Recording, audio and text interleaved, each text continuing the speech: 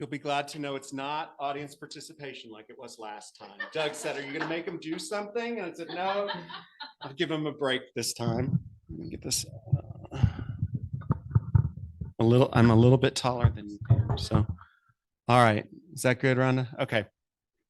Well, thank you. It's always a joy to be here. Thank you for inviting me back. I think it's probably more wonderful and joyous for me than it is for you. But Doug has to listen to me all the day before saying, I don't know if it's good enough. Should I change? I don't know if it's good enough. I think you need to change something. It's not good enough. So again, thank you for having me.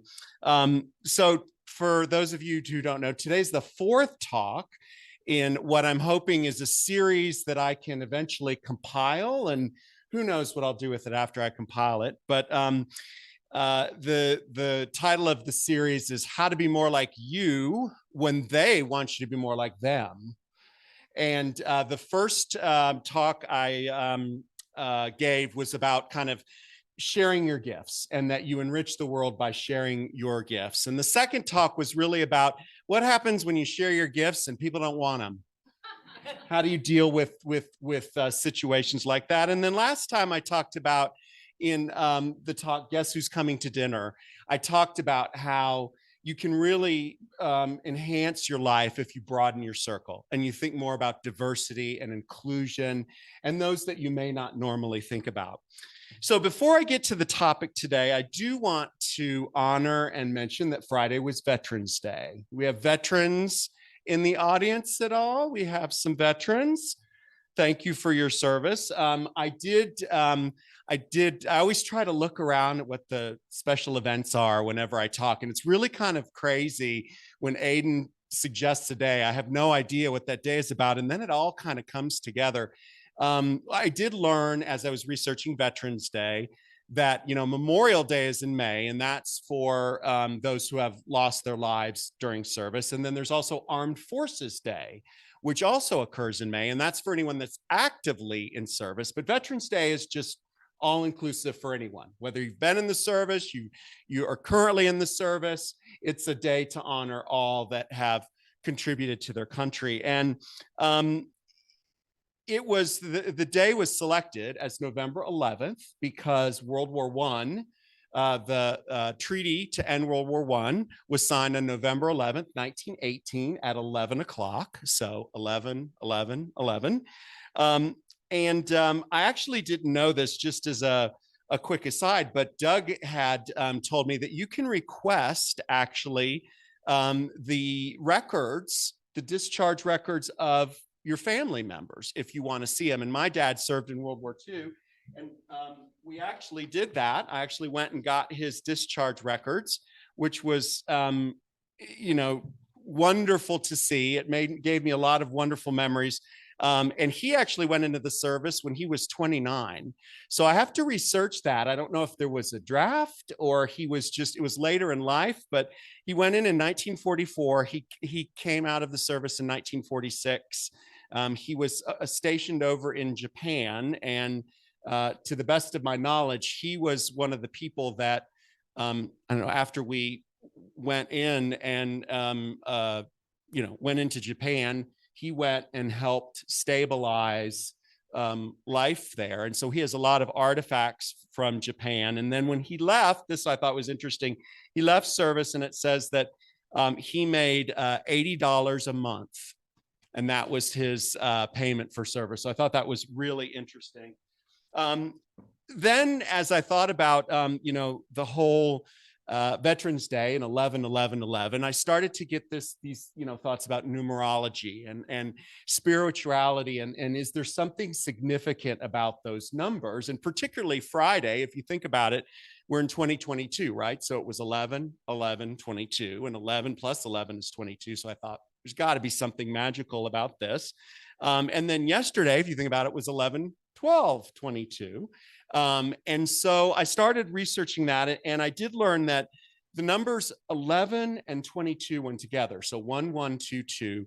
It's called an angel number. I don't know if any of you have heard that before. And it has a very deep spiritual significance. And I learned that it may be an uncertain time in your life, but you're to be reminded during this time that you're not alone. You're in the right place at the right time. And the goal is really to focus your energy on your positive thoughts, on your future path. Now, it doesn't mean that everything's going to be handed to you and life is going to be rosy, but it does mean that it's really a special time to really think about where you are in your life and what your future means. And I know that Doug and I on Friday night at 11:11 and then at 11:11 p.m. actually, did a statement of intention. And you're probably saying, well, that doesn't help me now. It's over. It's past. But it is a magical month. So the 22nd is coming up. So it'll be 11/22/22, and you'll still have that 11/22 together. So mark 11/22 on your calendar. And again, it's a spiritual day to kind of set your intention about your life, what you want your life to be, where you're going, and what your needs are at that time. As an aside, I always, from a Hallmark card perspective, there's so many fun days out there. And I do want you to all be very aware that tomorrow is National Pickle Day. But more important, today, November 13th, is World Kindness Day. So as you think about World Kindness Day and go out into the world after we're done, think about how a phone call, a smile, something could really make someone super happy on World Kindness Day. But let's get to our topic at hand. And I've titled my talk today, A Trip to Bountiful. And as you probably, for those of you who've heard my previous talks, there's always a movie tie-in. And I'll talk about the movie titled A Trip to Bountiful in just a second.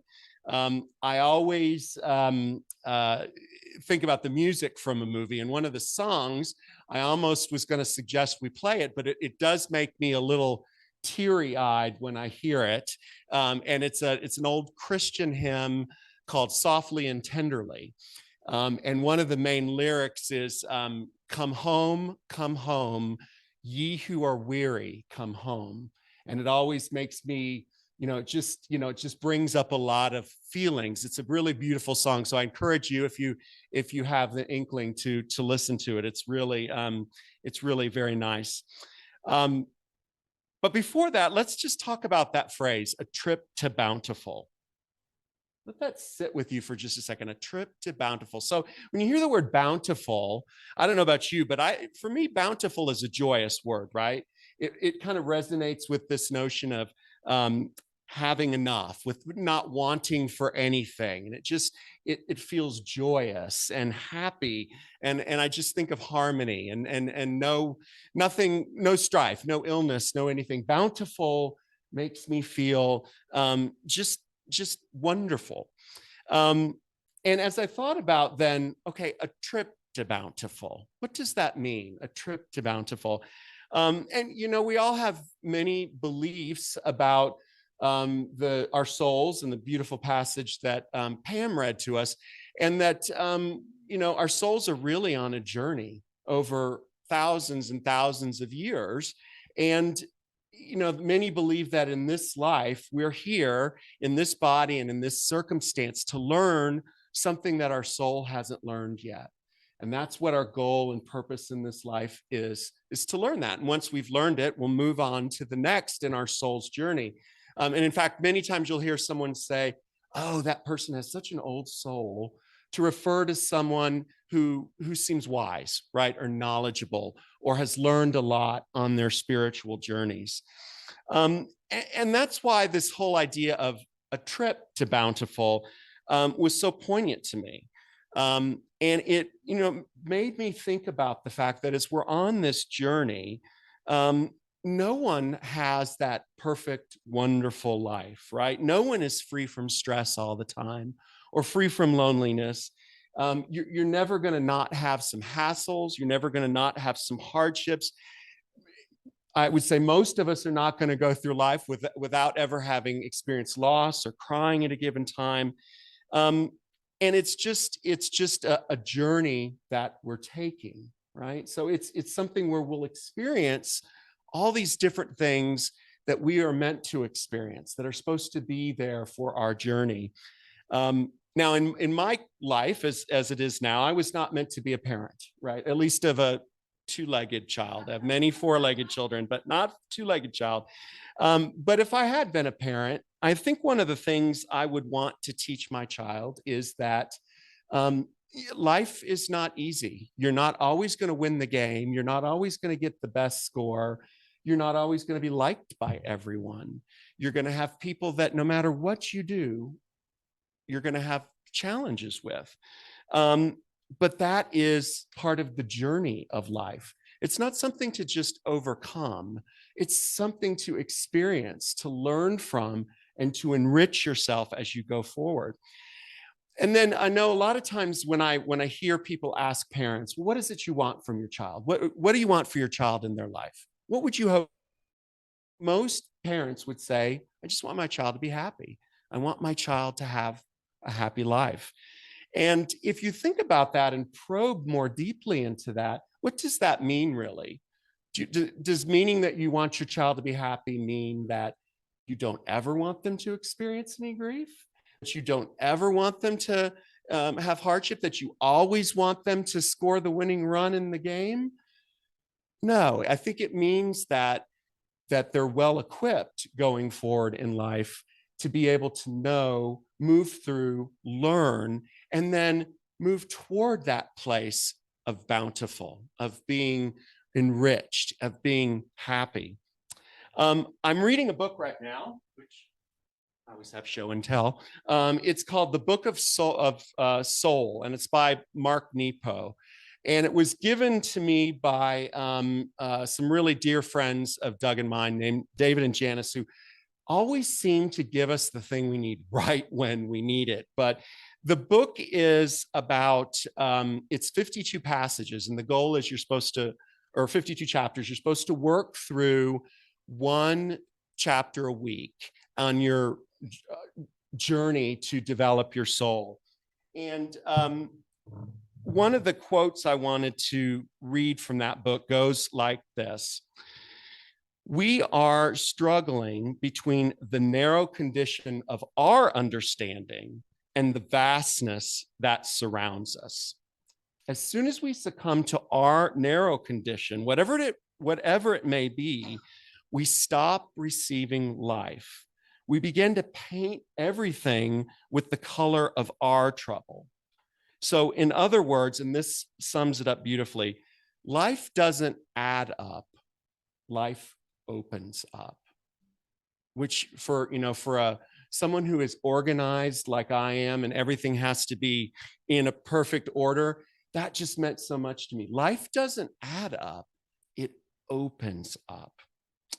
So the interesting part for me is when we think about our own trip to Bountiful is that we often miss the journey because we're so focused on the destination, right? We're so focused on having enough money for retirement or getting that perfect love or getting the fame that we've worked so hard for, climbing the corporate ladder or whatever it may be.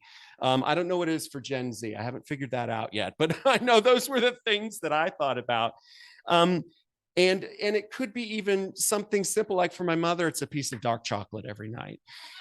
Whatever your trip to Bountiful is, we often think of what it is. And a lot of times, going back to the song Softly and Tenderly, a lot of times we say, wow, I just want to be home, right? I just want to be at that place that nourishes and comforts me. That's my Bountiful. My Bountiful is home.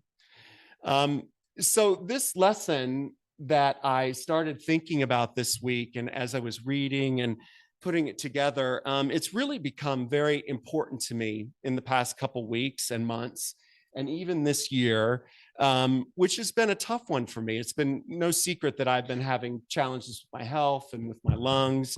I thought I was done with my pulmonary embolism, and then I ended up getting a chest cold, and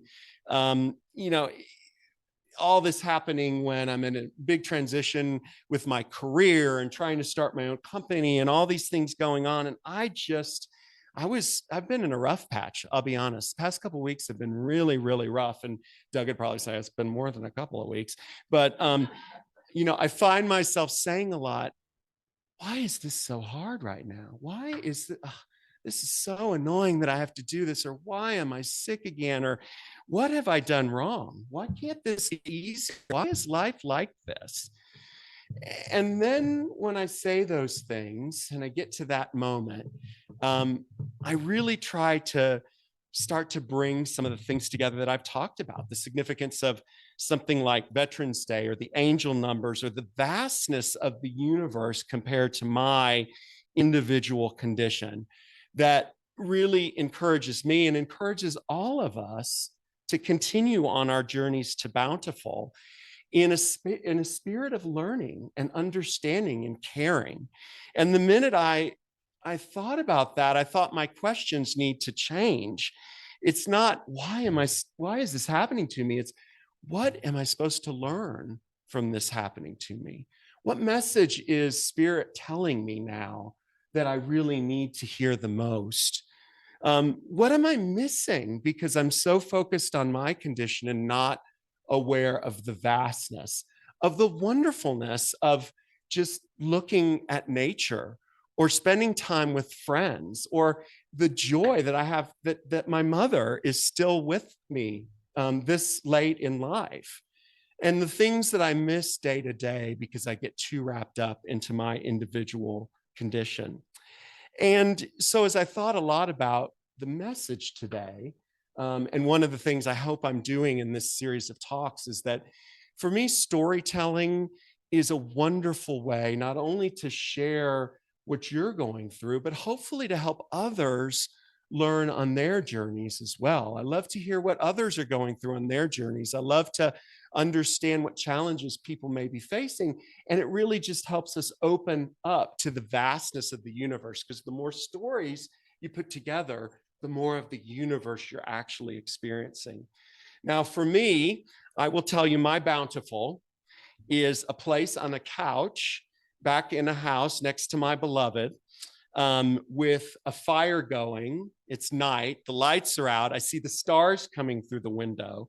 And that is my Bountiful. And sometimes when I'm in that place, I think this is it. This is what I have dreamed of. This is what I have wanted all my life. I've achieved it. It's here. I'm in it right now. And I think I could just, and I've said this to me, I could just sit on this couch forever. I wish I could just sit with you here forever. But I realized that that's not what Spirit, what God has intended for me, is to sit on the couch the whole time. And I realized I have to get up off the couch and I have to move out into my next journey, even when I think I've done it. What am I working harder for? I've done what I needed. No, the journey is still there. Spirit has more intended for me. Now, I do want to share a little bit of the movie tie-in. Has anyone seen the movie A Trip to Bountiful? Bill has seen it. It was a 1986 film, and I love it. It is just a beautiful film. I will tell you that you probably know I like deep, emotional films, so it's not a laugh a minute. It is definitely a deep emotional movie, and it's about an elderly woman, and she lives in Texas, and she lives with her son and her daughter-in-law, and she's feeling just old, maybe lost, maybe, what is there for me going forward? And she decides she's going to go back to her hometown, which is named Bountiful by chance, double entendre there.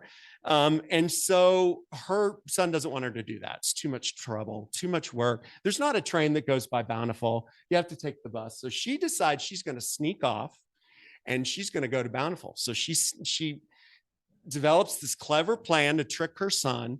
She gets on the bus and she goes to Bountiful. And the majority of the movie is she's sitting next to this younger woman who I don't remember if we actually know what the younger woman is doing on the bus, but the majority of the movie is about, she tells her story to this younger lady about everything she experienced growing up, about the joys of her life, about her journey.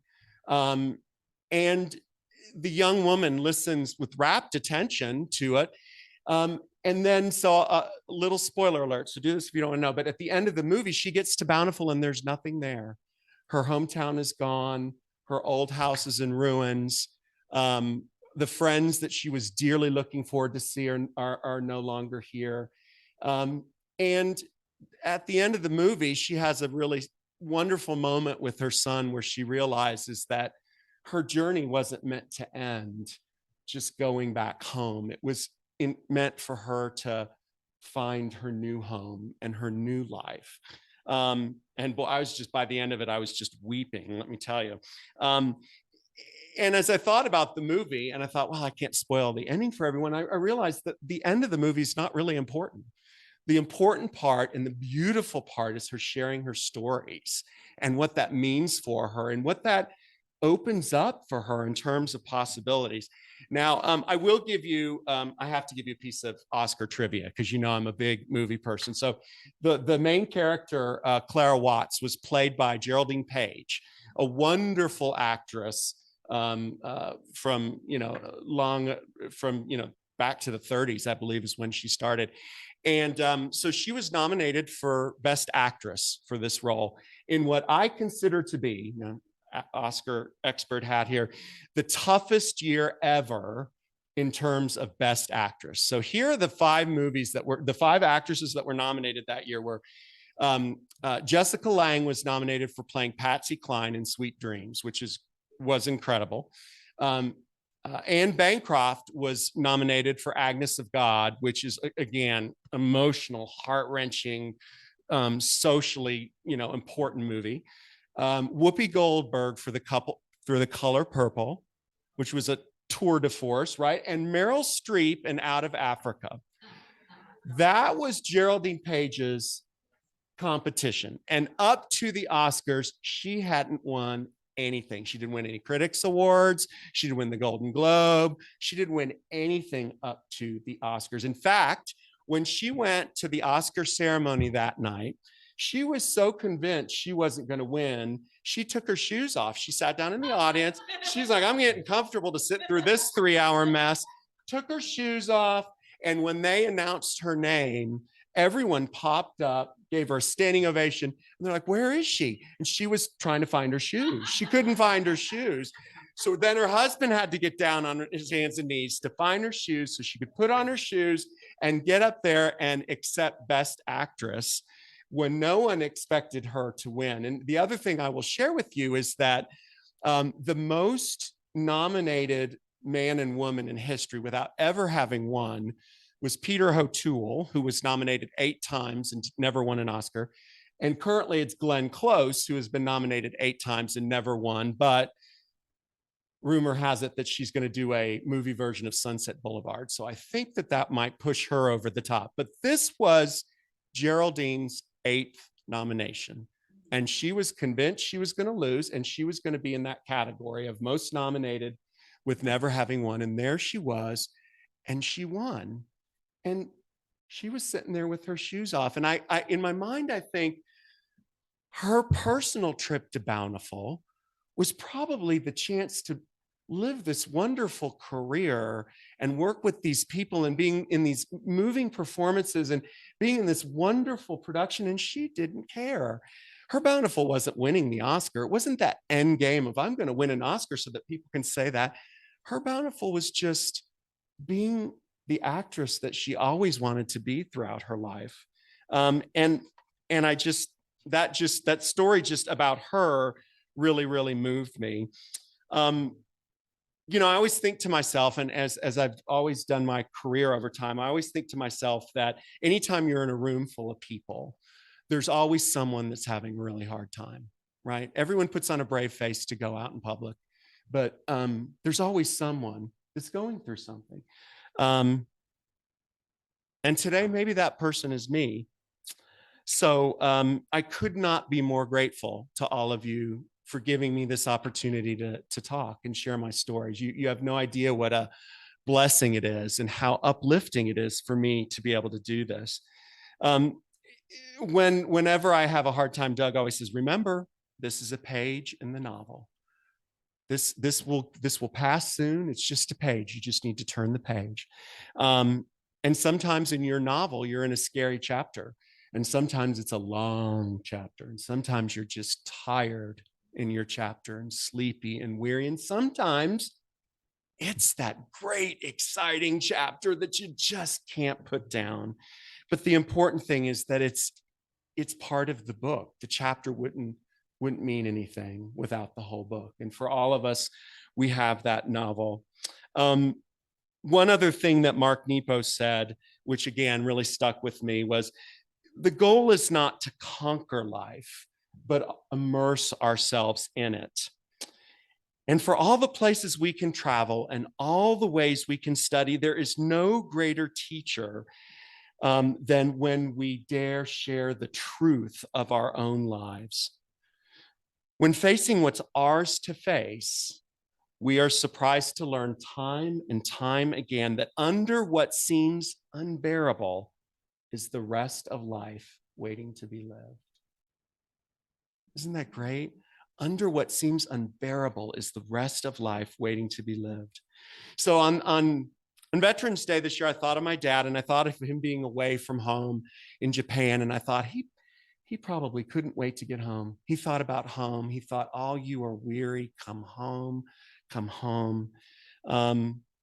And 20 years, almost to the day, as I looked on that sheet of paper, after he left and was discharged from the military, he had the son that he always wanted to have. He lost his first son in childbirth, and he always wanted to have a son. And 20 years later, he did. And then 20 years after that, almost, he dropped me off at college, and he and mom hugged me and said, "We want you to have a wonderful, rich, beautiful life." And one of the things they taught me very well was that no matter what I face, that I have what's in me to get through it and to live a wonderful, joyous life.